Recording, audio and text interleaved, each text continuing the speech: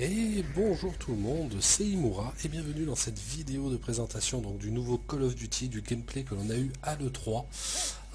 Donc vous faire le commentaire directement de ce que l'on voit, ce que l'on peut en déduire, ce que l'on aime, ce que l'on aime moins. Et puis voilà, hein, tout ça, on va se faire ça tranquillou skidou. Donc, alors, on commence directement, on a l'impression d'être dans une navette spatiale, enfin, ou une espèce de... entre guillemets une espèce de navette, un petit aéronef de survie ou d'attaque a priori. Donc bien sûr ça se passe mal, hein, sinon ce serait pas Call of Duty. On essaye de sauver le collègue. Alors au niveau graphisme déjà, franchement moi je trouve ça en jette. Après les gens peuvent dire et penser ce qu'ils veulent, on s'en fout. Moi je trouve personnellement que ça en jette. Euh, Même si c'est vachement futuriste. Allez, on se prend un bâtiment, c'est normal, hein, c'est Call of, film américain. Ça en prend vraiment plein la tronche, c'est quand même pas mal. Hein. Alors, donc, ces messieurs dames ont survécu, tout se passe bien. Comme on peut voir, un très beau jeu d'ombre, jeu de fumée. Donc les gars se libèrent. Donc toujours avec cet exosquelette qui est entre guillemets qui est un petit peu l'inconnu. Donc il ne faut pas oublier un détail, c'est qu'on est sur le mode solo. C'est le solo, il faut ne pas comparer avec le multi qui est différent. On a eu quelques informations comme quoi sur le multi avait été testé par certains joueurs pro aux États-Unis et ils étaient tous très ravis de ce qu'ils avaient pu voir.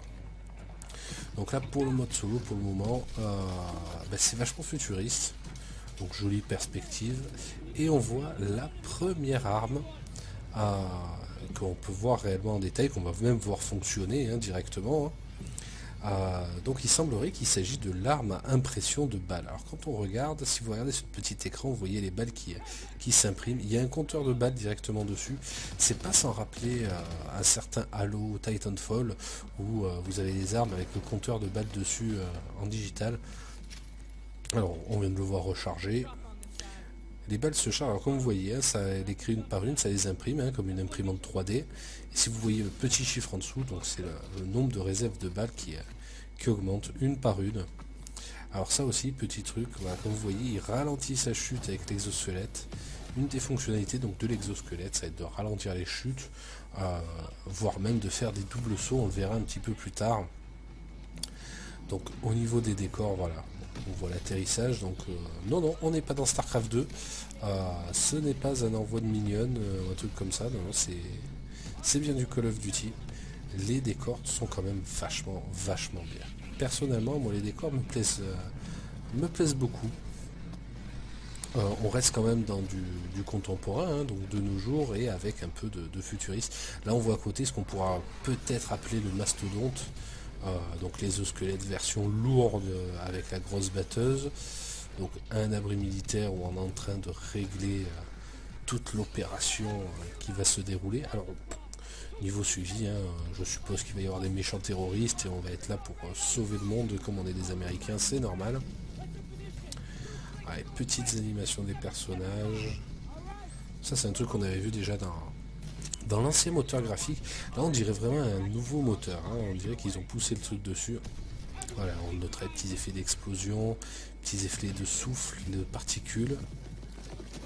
Bon, les vibrations avec le gros tank qui passe. Alors le tank à 4 pattes, faut savoir que c'est un truc qui n'arrivera jamais parce que c'est jamais stable dans la vraie vie.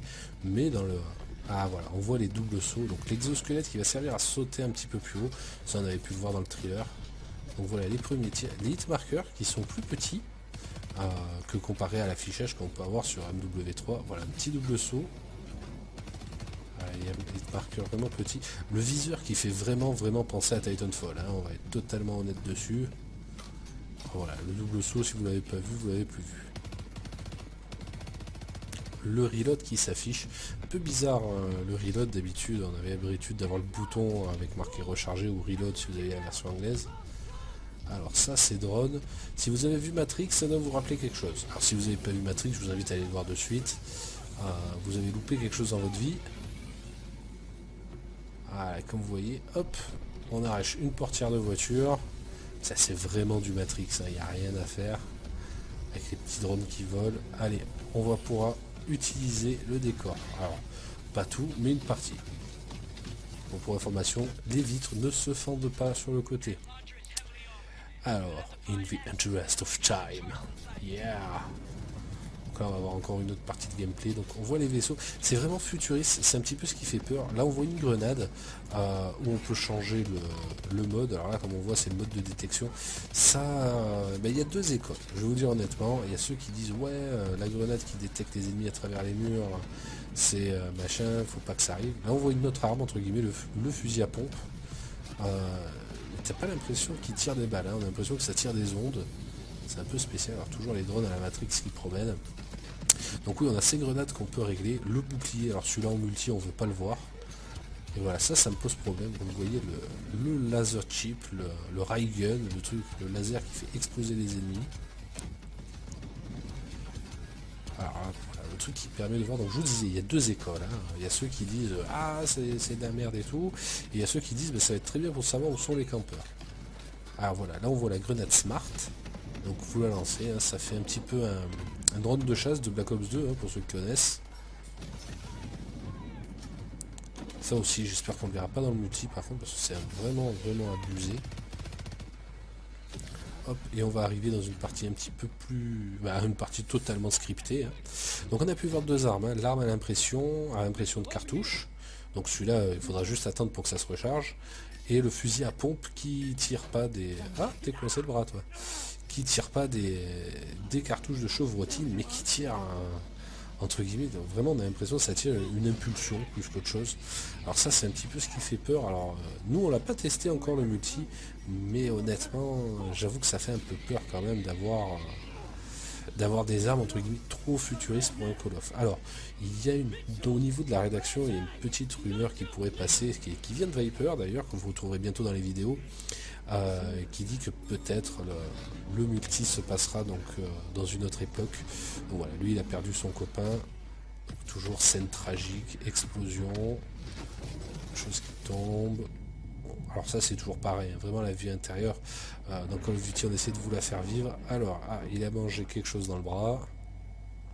On essaie vraiment de vous le faire vivre, hein. Ça c'est dans tous les Call of Duty, ou même Battlefield, hein, vous avez exactement la même chose. Là on essaye vraiment de le faire vivre. Alors on a le capitaine qui vient, je suppose hein, que c'est un capitaine, j'ai pas vu, je connais pas son nom non plus, qui vient vous donner un coup de main et qui va être d'un coup votre meilleur copain. Donc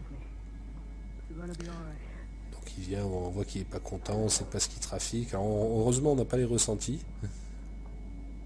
Donc j'avoue que l'image, voilà, l'image vous allez voir, voilà, c'est assez impressionnant.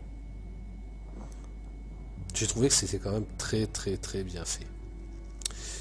Donc voilà, qu'est-ce qu'on peut dire sur ce spin-off, sur ce petit thriller. Ça, c'est mitigé.